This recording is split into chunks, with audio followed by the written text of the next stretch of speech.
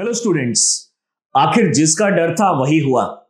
दरअसल Paris agreement 2015 में जो मीटिंग होती है उसमें डिसाइड किया जाता है कि यहां पे हम प्री इंडस्ट्रियल लेवल यानी लगभग 1850 साल जो ईयर है वहां से सिर्फ 1.5 डिग्री सेल्सियस को ही हम एक्स्ट्रा अलाउ कर सकते हैं। यानी कि जो टेम्परेचर 1850 के अंदर में था जिसको हम प्री इंडस्ट्रियल लेवल भी मान सकते हैं, उससे सिर्फ 1.5 डिग्री सेल्सियस टेम्परेचर बढ़ाना ही अलाउड था और इसको हमें 2030 तक यहां पे मैक्सिमम अलाउड था। उसके बाद डिसाइड किया गया कि इसको हम 2 डिग्री कर देते हैं, लेकिन बाद में दोबारा से 1.5 डिग्री का हमने टारगेट रखा।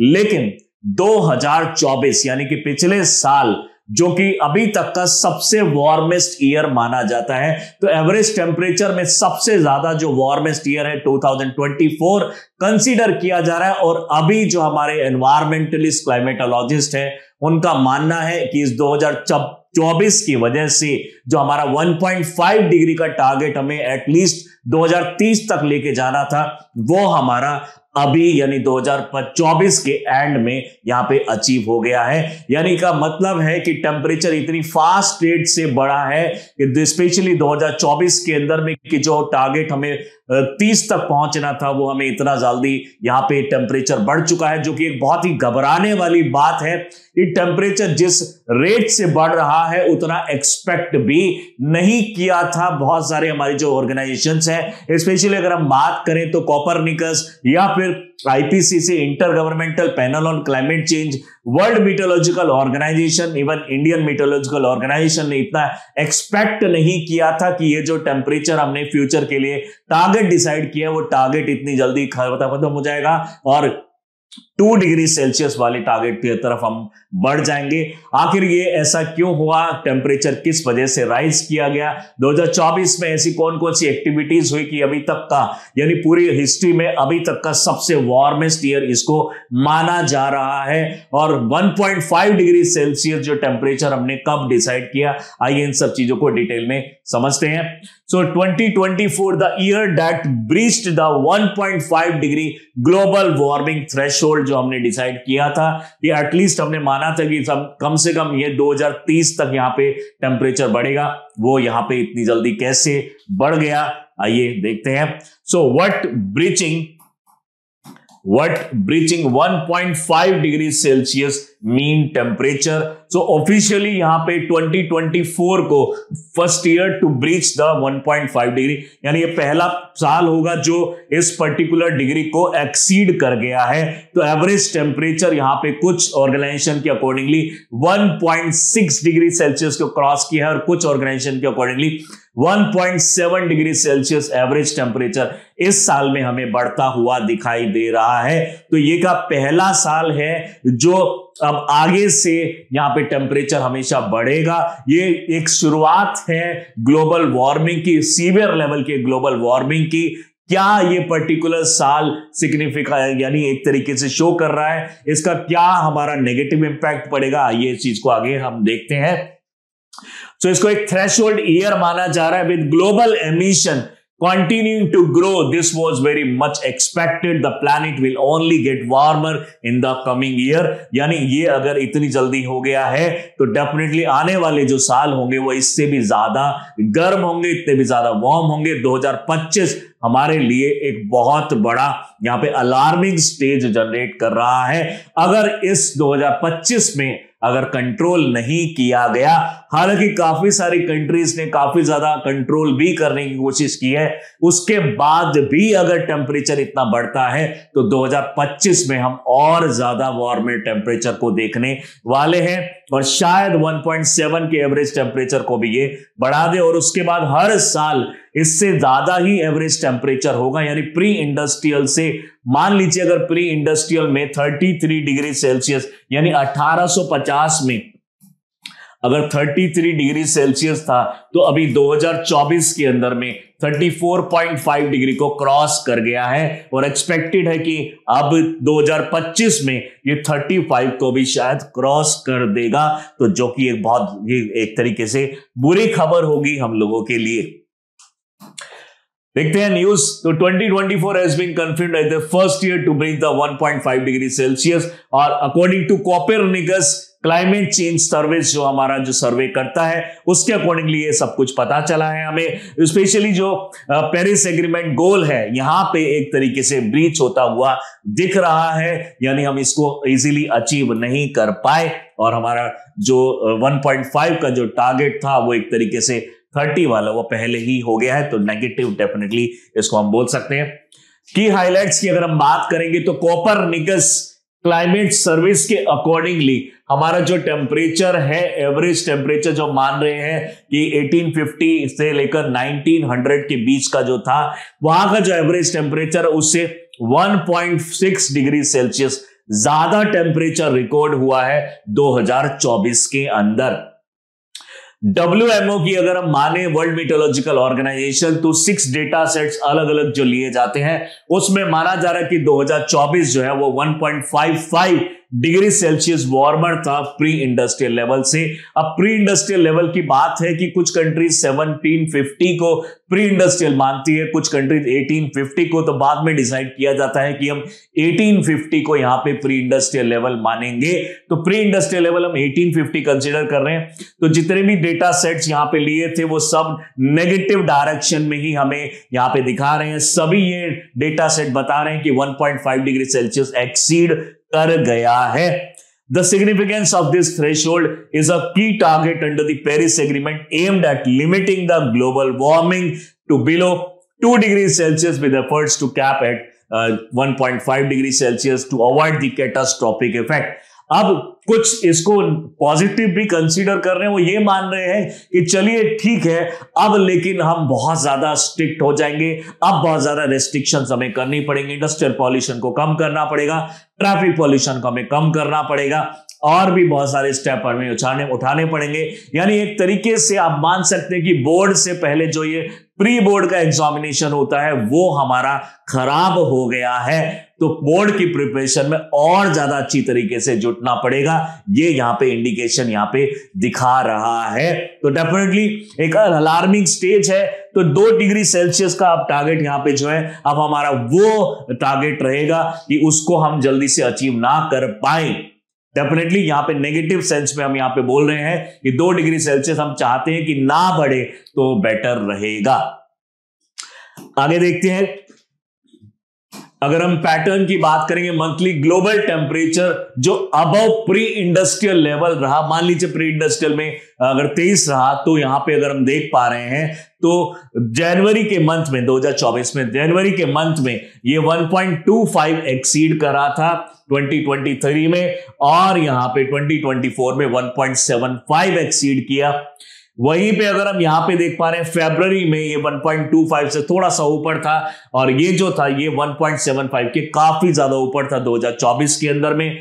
ऐसे ही अगर हम यहां पे देख पा रहे हैं तो 2024 के अंदर में हमें अगस्त सितंबर के आसपास लो टेम्परेचर देखने को मिला 2024 में, जबकि 23 में यहां पे ज्यादा था। और अगर अभी की अगर हम बात करेंगे तो यहां पे एवरेज टेम्परेचर जो दिसंबर में 2024 में रहा वो 1.55 को क्रॉस किया, और इसी टाइम पे 2023 में यहां पे टेम्परेचर इससे भी ज्यादा था। लेकिन ओवरऑल अगर हम एवरेज निकालते हैं तो ये जो येलो वाली लाइन आपको इंडिकेट कर रही है, तो एवरेज इसका हमेशा यहां पे ज्यादा दिखाई देगा। तो इसका मतलब है 2024 का जो एवरेज टेम्परेचर है 2023 से तो ज्यादा ही था। 1970s से अगर हम वर्ल्ड मीटरोलॉजिकल ऑर्डर जो ऑर्गेनाइजेशन है उसका ऑर्डर अगर हम देखें तो यहां पे एवरेज टेम्परेचर बढ़ता हुआ ही दिखाई दे रहा है, और आज हमारा जो 2024 का डेटा बता रहा है कि यहां पे 1.55 को भी ये क्रॉस कर गया, यानी 1.6 के आसपास ये ऑलमोस्ट पहुंच गया है। जबकि 1970 में ये जो टेम्परेचर था वो लगभग हमारा 0.26 के आसपास था, फिर बीच में कम हुआ, कंट्रीज ने एफर्ट्स डाले, फिर दोबारा बढ़ा, फिर कम हुआ। इस तरह का पैटर्न हम रेगुलर यहां पे देख पा रहे हैं। लेकिन अब जो ये टेम्परेचर अचीव हो गया है यहां पे, जो हमें एक तरीके से बढ़ गया है, अब ये आगे बढ़ेगा ही, कम होने के चांसेस बहुत कम है according to researchers, according to organisations. बात करते हैं की insight on the 1.5 degree Celsius threshold and 2024 breach. ये कैसे हुआ? आर्बिट्रेरी अगर हम थ्रेशोल्ड की अगर हम बात कर रहे हैं, एक ये बोल रहे हैं कि एक आर्बिट्रेरी मार्कर की तरह काम कर रहा है। एक्चुअली में तो हमारा टारगेट 2 डिग्री सेल्सियस था, तो अभी कोई घबराने वाली बात नहीं है। It is not a precise cut off while it's breach doesn't trigger new climate impact. Science predict that impact will worsen with more warming. यानी अगर 1.5 डिग्री सेल्सियस अगर एवरेज बढ़ भी गया है तो इतना ज्यादा इंपैक्ट अभी फिलहाल के लिए हमें नहीं देखने को मिल रहा, लेकिन हाँ, अगर इससे बढ़ता है 2 डिग्री के आसपास पहुंचता है तो ये सिचुएशन जो है वो वर्स्ट हो जाती है।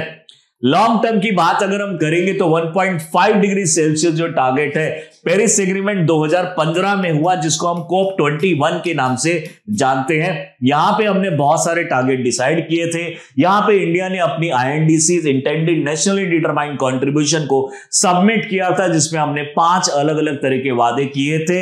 नेचुरल जो हमारे रिसोर्सेज हैं उसको धीरे धीरे हम कम कर देंगे, यानी कोल और जो हमारे फ्यूल है उसको हम धीरे धीरे यूसेज कम कर देंगे, रिन्यूएबल एनर्जी को हम बढ़ा देंगे, इंडस्ट्रियल पॉल्यूशन कम करेंगे, ग्रीन हाउस के एमिशन कम करेंगे, जीडीपी एमिशन इंटेंसिटी जो होती है वो 35% तक हम कम कर देंगे।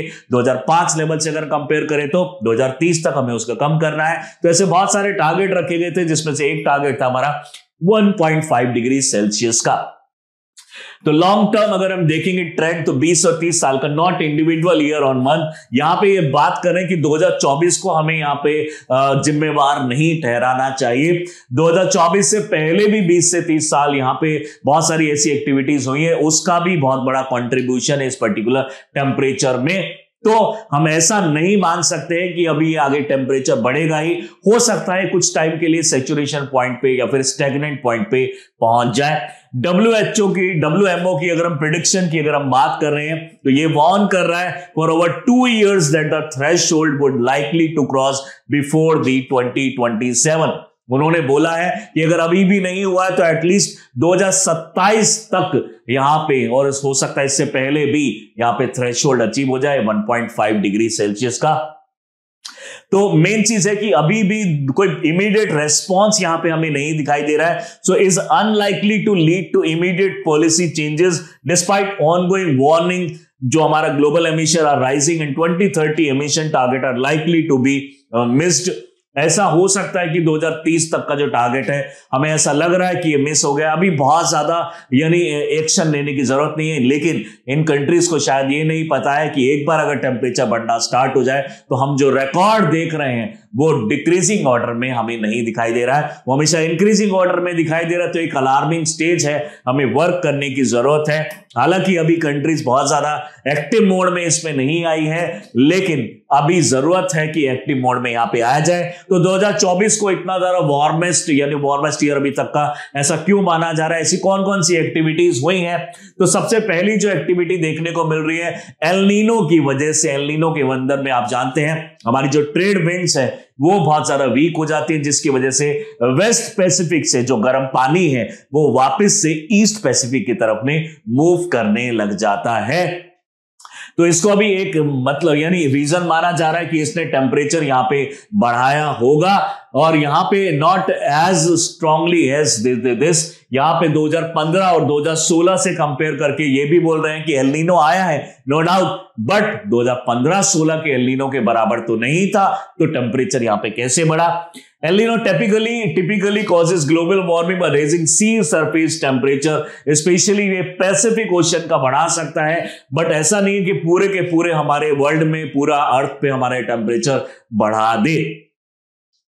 नेक्स्ट रीजन बताया जा रहा है टोंगा के अंदर में जो यहां पे वोल्केनिक इरप्शन 2022 के अंदर में होती है, और वो धीरे धीरे वहां पे इस तरह की गैसेस एमिट करता है, जिसने हमारे जो टेम्परेचर है उसको ट्रैप कर लिया, हीट को ट्रैप कर लिया, जिसकी वजह से यहाँ पे हीट बढ़ी है। टोंगा आपको बता दें 180 डिग्री जो हमारा लॉन्गिट्यूड है, यानी इंडियन जो इंटरनेशनल डेट लाइन है, इंटरनेशनल डेट लाइन आइडियल, वहां पे हमारा पड़ता है टुवर्ड्स दी यानी वेस्ट ऑफ दिस अगर हम यहाँ पे बात करेंगे तो 180 डिग्री की अगर हम बात करेंगे तो इधर की तरफ में हमारा ये पड़ेगा और इधर की तरफ में हमारा, आप जानते हैं ये है हमारा अमेरिका और ये है हमारा ये एशिया। तो इसके बीच में यहाँ पे 180 डिग्री जो लाइन है उसके भी यहाँ पे साइड में पड़ता है हमारा टोंगा। तो टोंगा के अंदर में वोल्केनिक एक्टिविटी भी एक बहुत बड़ा रीजन माना जा रहा है। वहीं पे सोलर एक्टिविटी, सोलर मैक्सिमम यहां पे हुआ। सोलर मैक्सिमम क्या होता है? जब हमारे सन के अंदर में सोलर फ्लेयर्स एमिशन होती है, यानी जब हमारे सन के अंदर में कुछ ऐसे एरिया, मान लीजिए ये हमारा सन है,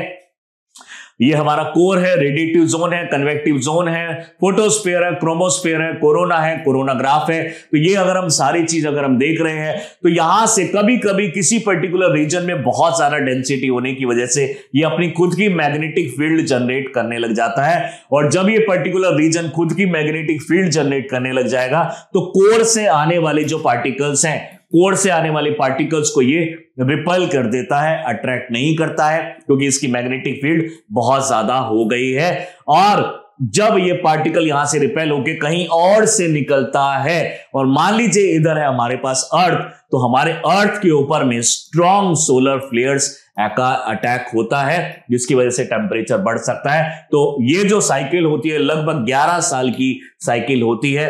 और ये यहां पे जो पार्टिकल ये एनर्जी रिसीव नहीं कर पाएगा, इसने हम यहां पे बोलते हैं इसको सनस्पॉट। तो जब सनस्पॉट बनता है तो 11 साल के लिए यहां पे सोलर फ्लेयर भी उसके साथ साथ में एमिशन होती है किसी दूसरी साइड से। अगर उसी साइड में हमारा अर्थ एग्जिस्ट करता है तो अर्थ की तरफ में सोलर फ्लेयर चल पड़ेंगी और यहाँ के कम्युनिकेशन सिस्टम को खराब कर देंगी और हमारे जो टेम्परेचर है उसको बढ़ा सकती है।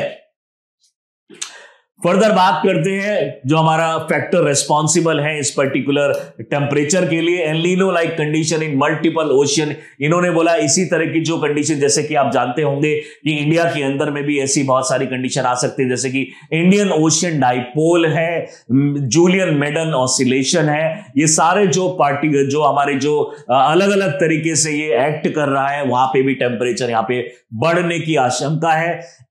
नेक्स्ट इन्होंने रीजन बताया कि लोअर सल्फर डाइऑक्साइड एमिशन। अब कंट्रीज ने अपना पूरा एफर्ट डाला कि हम सल्फर डाइऑक्साइड को एमिट नहीं होने देंगे, तो वो अचीव भी हुआ।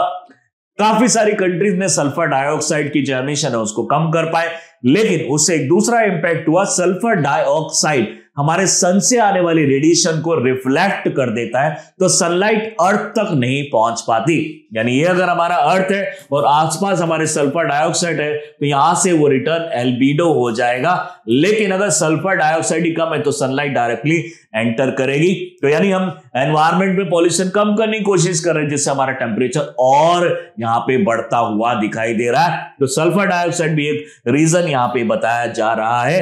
नेक्स्ट अगर रीजन की बात करें तो लॉन्ग टर्म वार्मिंग ट्रेंड जो है वो तो चल ही रहा है। The overall long term trend of global warming driven by human induced green house gases, जो ग्रीन हाउस गैसेज जो हम एमिशन कर रहे हैं वो तो एक बहुत बड़ा रीजन है ही। यानी इसके पीछे यहाँ पे वोल्केनो हो सकता है, यहाँ इसके पीछे एल नीनो एक रीजन हो सकता है, इसके पीछे लो सल्फर डाइऑक्साइड इसके एक रीजन हो सकता है, इसके पीछे हमारा जो लॉन्ग टर्म वार्मिंग ट्रेंड यानी ग्रीन हाउस गैसेज है वो भी इसका एक रीजन बनता है टेम्परेचर इंक्रीज होने का। दूसरी अगर हम बात करते हैं हीट वेव जैसी जो कंडीशंस है वो बढ़ती चली जा रही है। हीट वेव आपको बता दें, जब हम कुछ पर्टिकुलर डिग्री सेल्सियस टेम्परेचर हमारा बढ़ जाता है कुछ पर्टिकुलर टाइम पीरियड के लिए, अलग अलग कंट्री ने अलग अलग डेफिनेशन दी है हीट वेव्स की। तो जब किसी पर्टिकुलर विंड के अंदर में एक पर्टिकुलर डिग्री सेल्सियस टेम्परेचर कुछ पर्टिकुलर टाइम से ज्यादा के लिए एमिट होता है और चलता है तो उसको हम बोलते हैं हीट वेव्स। तो यहाँ पे जो हीट वेव्स है बहुत सारा फ्रीक्वेंट और वाइल्ड फायर्स और इलनेस ये सारी चीजें कर रही हैं, तो डेफिनेटली इसका नेगेटिव इंपैक्ट पड़ेगा। ड्रॉट लाइक कंडीशंस यहां पे बढ़ती चली जा रही है। कोरल ब्लीचिंग यहां पे बढ़ता जा रहा है। कोरल आप जानते होंगे एक ऐसा एनिमल है जो चल नहीं सकता, जिसकी वजह से वो अपने फूड का अरेंजमेंट एक जूजेंथिले नाम की एल्गी से करता है। तो ये एक म्यूचुअल रिलेशन में रहते हैं। कोरल जो होता है पॉलिप की फॉर्म में होता है इनिशियली, और फिर पॉलिप में से कई बार जो हमारे ये जो है आगे जब जनरेट होता है तो इसी पॉलिप की स्टेज से आगे जाके जेलीफिश भी बनती है और इसी पॉलिप वाली स्टेज को यानी जो आगे जाके कोरल भी बनता है। तो कोरल जो होता है वो एक एनिमल है जिसके अंदर में ज़ूज़ेंथिलेई नाम की एक एल्गे रहने लग जाती है, क्योंकि ज़ूज़ेंथिलेई अब यहां पे मेन चीज है कि एनिमल है और वो फूड नहीं बना सकता, तो किसी ना किसी के ऊपर उसे डिपेंडेंट रहना पड़ेगा। और जो मेन चीज है कि ये इमोर्टाइल है, चल नहीं सकता। दुनिया के ज्यादातर जो एनिमल्स है वो चल पाते हैं, इसलिए अपने फूड का अरेंजमेंट कर सकते हैं, लेकिन ये चल नहीं सकता तो फूड का अरेंजमेंट कैसे करेगा। फूड के अरेंजमेंट के लिए ये एल्गे उसका काम करती है। तो हमें वहां पे आज के टाइम पे पॉल्यूशन बढ़ने की वजह से उसके अंदर यानी कोरल्स के अंदर रहने वाली एल्गी खत्म होती हुई दिखाई दे रही है और हमारा जो कोरल का कलर है वो चेंज होता हुआ दिखाई दे रहा है, क्योंकि कोरल का एक्चुअल कोई कलर नहीं होता, ज्यादातर वो ट्रांसपेरेंट होता है। तो कोरल जो होता है वो लगभग आप मान सकते हैं कि ट्रांसपेरेंट होता है और इस स्केल लाइक स्ट्रक्चर होता है इसका पर्टिकुलर। और इसके अंदर अगर सपोज कर लीजिए कोई पर्टिकुलर कलर की, यहां पे मान लीजिए ग्रीन कलर की अगर यहां पे एल्गे आके रहने लग जाएगी तो ये ट्रांसपेरेंट के अंदर में ग्रीन अगर आ जाएगा ज़ूज़ेंथिलेई तो आपको ये ऊपर से ग्रीन दिखने लग जाएगा।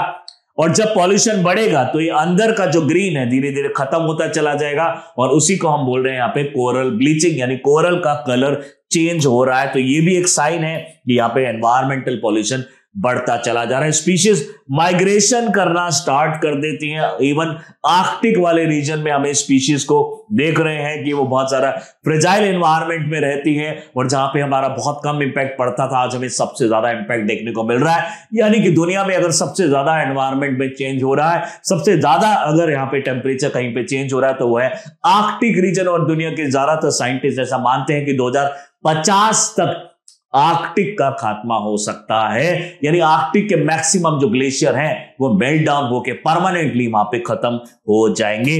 तो एक अलार्मिंग स्टेज यहां पे शो करता है। सी लेवल डेफिनेटली बढ़ेगा अगर बहुत ज्यादा फास्ट रेट से। ऐसा बोला जाता है कि अगर पूरा का पूरा आर्कटिक अगर मेल्ट कर जाए तो और पूरा का पूरा सी लेवल बढ़ा दे तो लगभग 6 मीटर तक हमारा यहाँ पे जो सी लेवल है बढ़ सकता है। जस्ट इमेजिन कीजिए कितना ज्यादा लेवल जो है बढ़ जाएगा और आधी से ज्यादा कंट्रीज इसके अंदर में डूब जाएंगी। एग्रीकल्चर और फूड प्रोडक्टिविटी के ऊपर डेफिनेटली फूड सिक्योरिटी को चैलेंज करता है। ये हमारा टेम्परेचर, ज्यादा टेम्परेचर होगा तो ड्रॉट लाइक सिचुएशन आएगी, इवेपोरेशन ज्यादा होगा, ड्रॉट लाइक सिचुएशन और हमारी क्रॉप जो है वो खत्म हो सकती है। अगर बहुत ही ज्यादा फ्लड आता है, बहुत ही ज्यादा रेनफॉल आती है तब भी हमारी क्रॉप खराब हो सकती है।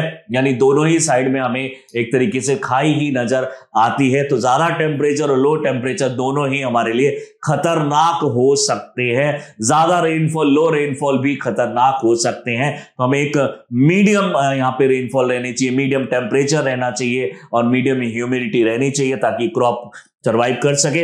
वाटर स्कैर्सिटी आप जानते हैं, इंडिया के अंदर में बेंगलोर वाला रीजन आप सुना ही होगा। पिछले साल बेंगलोर में कितना ज्यादा कुछ सहा है, वहां पे पानी की इतनी ज्यादा कमी हो गई थी, ग्राउंड वाटर जो ऑलमोस्ट डिप्लीट हो गया था और अभी गवर्नमेंट के एफर्ट से वहां थोड़ा बहुत ठीक हो पाया है। लेकिन इस तरह के जो अलार्मिंग स्टेजेस है वो हमें बता रही है कि हमें अभी स्टेप लेने की बहुत ज्यादा जरूरत है। अभी अगर हमने लेटेंसी कर दी तो डेफिनेटली फ्यूचर में हमें ये सब पे करना पड़ेगा। क्लाइमेट एक्शन को हमें बढ़ाने पड़ेंगे, क्लाइमेट रेजिलिएंट इंफ्रास्ट्रक्चर भी बनाना पड़ेगा। यानी सिस्टम को अगर चेंज नहीं कर पा रहे तो सिस्टम के अंदर चेंज होने के लिए हमें तैयार रहना चाहिए। हमें एडेप्टेशन स्ट्रेटजीज को फॉलो करना चाहिए, जैसे कि जो हम अगर बढ़ते हुए टेम्परेचर को अगर नहीं रोक पा रहे हैं, क्रॉप्स को डिस्ट्रॉय होने से अगर नहीं रोक पा रहे हैं तो एटलीस्ट ऐसी क्रॉप्स को ग्रो किया जाए कि वो हाई टेम्परेचर को सस्टेन कर पाए, या फिर ऐसी क्रॉप को हम यहां पे ग्रो करें जो कि जेनेटिकली मॉडिफाइड क्रॉप्स हो, जीएमओ हम ग्रो कर सकते हैं। ऐसी हम इंफ्रास्ट्रक्चर डेवलप करें जो अर्थक्वेक से, जो सुनामी से, साइक्लोन से, डिजास्टर से खत्म ना हो। तो हमें एडेप्टेशन के ऊपर में ध्यान देना पड़ेगा, अदरवाइज हमारे लिए बहुत बड़ी प्रॉब्लम आ सकती है। एनर्जी की रिक्वायरमेंट हमारी बढ़ेगी। जैसे जैसे हमारी वार्मिंग बढ़ेगी, एनर्जी की रिक्वायरमेंट बढ़ेगी। और अगर हम वही नॉर्मल से पुराने वाले एसी फ्रिज अगर यूज कर रहे हैं जो कि ज्यादा एनर्जी कंज्यूम करते हैं तो प्रॉब्लम बढ़ती चली जाएगी। तो हमें एआई बेस्ड टूल लाने चाहिए, high efficient tools, machinery, devices, machines, ये सब लानी चाहिए ताकि हम कम से कम एनर्जी में भी सर्वाइव कर पाए। Technological innovation, definitely technological innovation अगर नहीं होंगे, रिसर्च एंड डेवलपमेंट नहीं होंगे। पहले हमने टीवी के फॉर्म में हमने यूज किया प्लाज्मा टाइप के टीवी, फिर धीरे धीरे करके हमारा यानी उससे भी अगर हम पहले देखेंगे तो सीआरटी टीवी हुआ करता था जो बहुत ज्यादा इलेक्ट्रिसिटी यूज करता था। उसके बाद प्लाज्मा टीवी लेकर आए, उसके बाद प्लाज्मा टीवी के बाद हम एलईडी टीवी लेकर आए, सीएफएल वाली टीवी लेकर आए, और उसके बाद में एलईडी के अंदर में भी फर्दर और ओएलईडी, पीएमओएलईडी, एएमओएलईडी, अलग अलग तरह की, फिर उसके बाद ओएलईडी हमारा प्रॉपरली आ गया।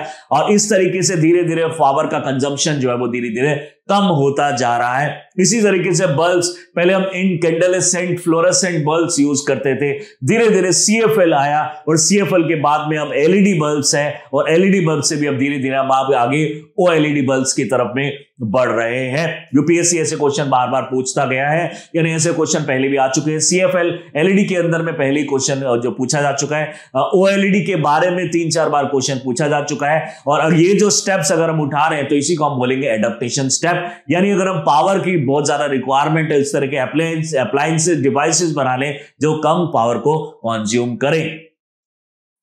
फाइनेंशियल मोबिलाइजेशन बहुत ज्यादा जरूरी है, यानी जो हमारी डेवलप्ड कंट्रीज हैं उनको डेवलपिंग कंट्रीज को फंड देना बहुत जरूरी है। उनकी कैपेसिटी बिल्डिंग के लिए अगर वो फंड नहीं देंगी तो ये जो वल्नरेबल पुअर कंट्रीज हैं वो कहां जाएंगी, वो धीरे धीरे हो सकता है खत्म हो जाए। उदाहरण के तौर पे फिजी, मालदीव्स, सैमोआ, और अभी जो आपने यहां पे देखा टोंगा, ये सारी जो कंट्रीज है छोटी आइलैंड कंट्रीज हैं और ज्यादातर दूसरी कंट्री से इन्फ्लुएंस्ड हैं, और ये कंट्रीज कभी भी डूब सकती है। स्पेशली फिजी, मालदीव्स, तो यहां पे पेरिस एग्रीमेंट पे स्पेशली मेंशन भी किया गया कि इन कंट्रीज को बचा लीजिए, अदरवाइज ये कुछ साल के अंदर में ये पूरी की कंट्री जो है डूब सकती है। तो फाइनेंशियल मोबिलाइजेशन बहुत ज्यादा जरूरी है। पब्लिक अवेयरनेस और पॉलिसी के बिना ये नहीं हो सकता है, यानी गवर्नमेंट ऑफ जो स्टेट्स है, गवर्नमेंट ऑफ जो कंट्री है, नेशनल जो गवर्नमेंट्स है, उनको ध्यान देना पड़ेगा, पॉलिसी फ्रेमवर्क लाने पड़ेंगे, policy restrictions, rules, regulations, laws, ये सब इंप्लीमेंट करने पड़ेंगे, तभी जाके हम कुछ कर पाएंगे। अदरवाइज इसको यानी एक तरीके से प्रैक्टिकल फॉर्म में लाना पॉसिबल नहीं होगा। टेम्परेचर धीरे धीरे बढ़ता चला जाएगा और एक्सपर्ट्स की माने तो 2100 के बाद में ह्यूमन सर्वाइवल बहुत ज्यादा डिफिकल्ट हो जाएगा और धीरे धीरे ह्यूमन की जो एज है वो भी कम हो जाएगी। तो हमें अभी एक्शन लेने की बहुत ज्यादा जरूरत है। इसी इंपॉर्टेंट टॉपिक से लेकर हम एक बहुत ही इंपॉर्टेंट टॉपिक मेल्स का आपके लिए लेकर आए हैं। Discuss the impact of 2024 being the warmest year on global ecosystem, agriculture, human health. What measures should India adopt to mitigate and adapt to the growing challenges of the climate change? तो data हमने जो provide किया उसको use कीजिए, और भी extra data इसमें आप डाल सकते हैं और एक अच्छा सा आंसर 250 वर्ड में लिखने की कोशिश कीजिएगा। वेरी इंपॉर्टेंट टॉपिक, क्योंकि इस तरह के टॉपिक्स हमारे लगभग हर साल ही यूपीएससी प्री मेंस में पूछता आया है। इवन इंटरव्यू के लिए भी आजकल जो एनवायरनमेंट टॉपिक है बहुत ज्यादा हॉट टॉपिक बन गया है। हर साल इंटरव्यू में भी कई जो इंटरव्यू दे के आते हैं स्टूडेंट, वो बताते हैं कि इस तरह के क्वेश्चन यहाँ पे आजकल पूछे जा रहे हैं एनवायरनमेंट से रिलेटेड। और भी अगर इस तरह की जो इंफॉर्मेटिव वीडियोस है उनको देखना चाहते हैं तो do subscribe our channel Chahal Academy. Thank you.